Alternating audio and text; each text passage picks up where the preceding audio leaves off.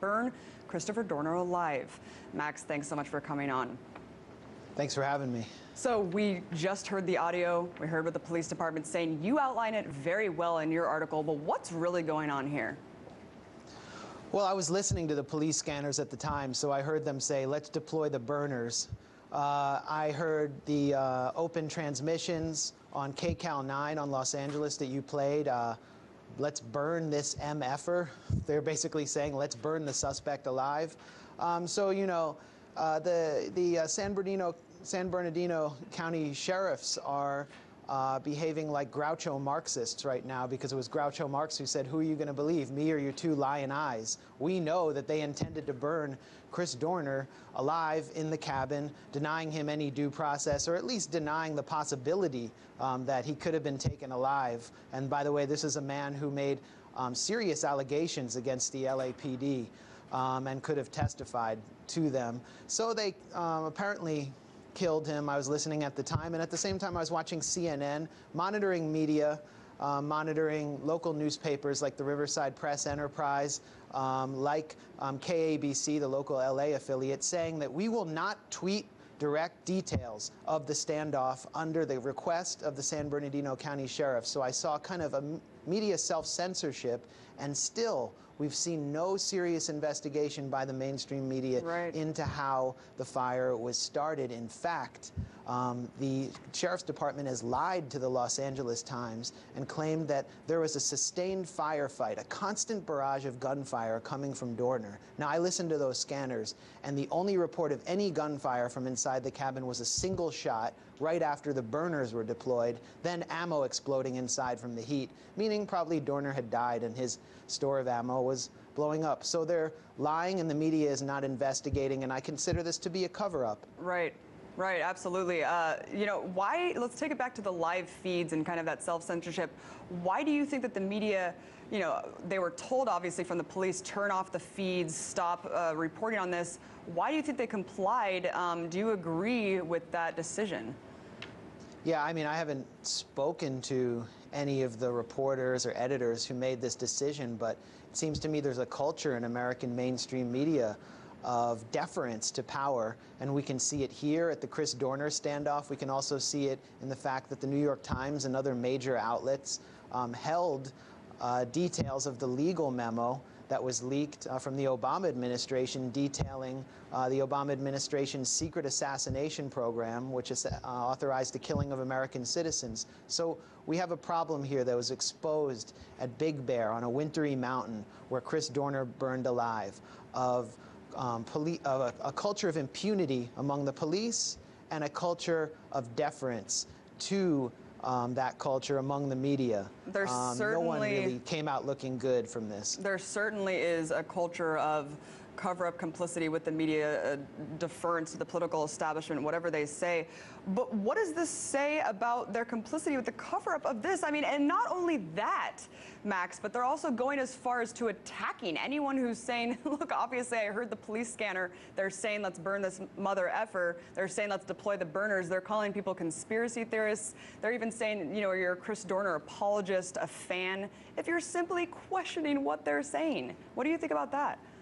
Yeah, you're referring to the website BuzzFeed, which is a major news blog, online news source, which has painted people who are raising serious questions about how Dorner was killed, conspiracy theorists, and sort of conflating them with people who are cheering for Dorner. And this is really disturbing and reinforces sort of the law enforcement status quo narrative, and ultimately reinforces the police culture of impunity, thereby putting Americans in danger.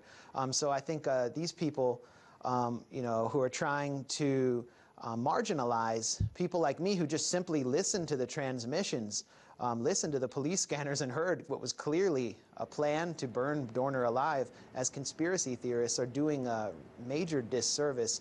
But, you know, I really think it's up to the mainstream media, especially the LA Times, to investigate what I consider to be the central story here, which is how that fire started. And they're not doing it. I was on HuffPost Live yesterday with one of the LA Times reporters leading the reporting on Dorner, and he promised to get to the bottom of it. I've seen nothing so far, and I've seen nothing to challenge the lies of the San Bernardino Sheriff's Department. So this is just, it's just a very dangerous scenario.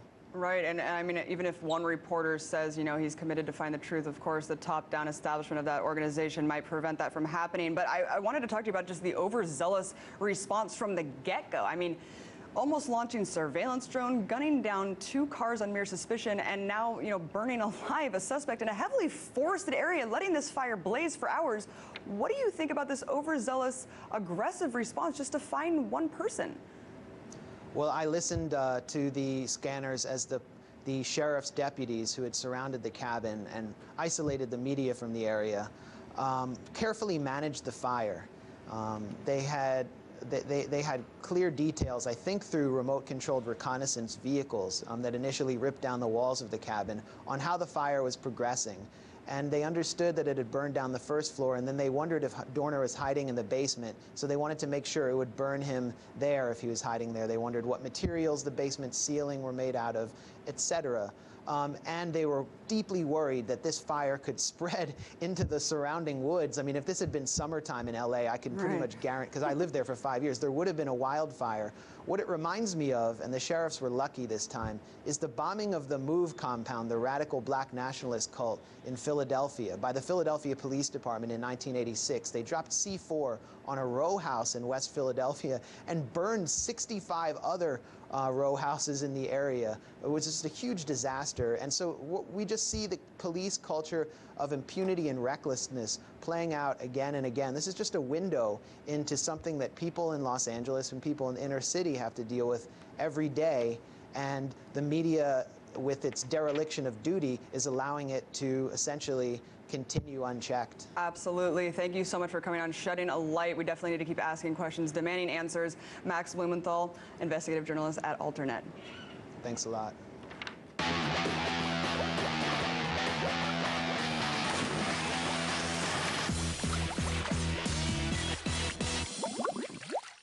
The media fixation over disgruntled ex-LAPD officer Chris Dorner got me thinking about how law enforcement, be it police officers or federal agents, deal with these types of threats.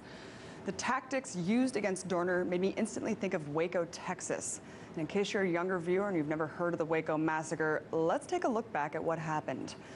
In February of 1993, U.S. agents from the Bureau of Alcohol, Tobacco, and Firearms attempted to issue a search warrant at Mount Carmel Center Ranch, the property of a religious group called Branch Davidians, over a tip that the group was stockpiling illegal weapons. That search failed, and what ensued was an exchange of gunfire, leaving 4 agents and 6 Branch Davidians dead. What followed thereafter was a tense standoff and a media frenzy. February 28th, the bloodiest day in the history of the Bureau of Alcohol, Tobacco, and Firearms. As the siege entered its 3rd week, the FBI turned up the heat, blasting loud music and chanting to the compound over powerful loudspeakers, now and then playing recorded phone negotiations with Koresh to make sure cult members knew what he was saying. As the 5th week began, it was evident federal forces were losing patience. All he is a cheap thug who interprets the Bible through the barrel of a gun. The siege against the compound lasted 51 long days until finally a second assault was initiated by federal agents. Donned in full combat gear, they used military tanks to bust holes in the house and pump in tear gas. And then this happened, a mysterious fire that destroyed the entire compound, resulting in 76 men, women, and children tragically being burned alive. So, U.S. law enforcement, FBI agents, and observers from the Army's secret Delta Force Commando unit besieged a compound where not a single person inside had ever been accused of committing a violent crime before the initial raid. Of course, the media account of what happened was that the Branch Davidians were a dangerous, trigger-happy cult, and their leader, David Koresh, was a madman who at the very last minute incited his clan to kill themselves. In fact, the Justice Department under the Clinton administration took the official position that all the deaths were simply the result of a mass suicide. And federal authorities under then Attorney General Janet Reno repeatedly denied that they were responsible for starting the fire. But despite the official government line of deny, deny, deny, evidence eventually came to light that proved their culpability.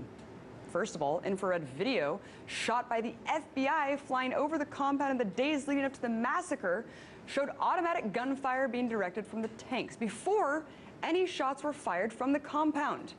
Furthermore, visual evidence showed a tank deliberately running over one or more bodies of sect members. Despite the overwhelming evidence, it took 6 years for the FBI to even admit that their explosive munitions started the fire. And to this day, there's a total lack of accountability for these crimes. The FBI stonewalled an investigation that led to a whitewash of the government's actions at WACO.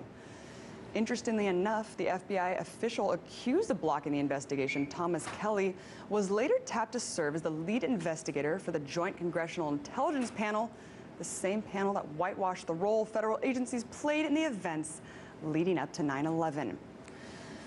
This type of overzealous reactionary behavior is nothing new with law enforcement. The methods used at WACO mirror how similar high-tension situations are dealt with by federal officials today. The question is, if this is how they'll deal with a small group of armed religious fanatics when push comes to shove, how will they deal with a mobilized rebellion from the working class? Would it be any different?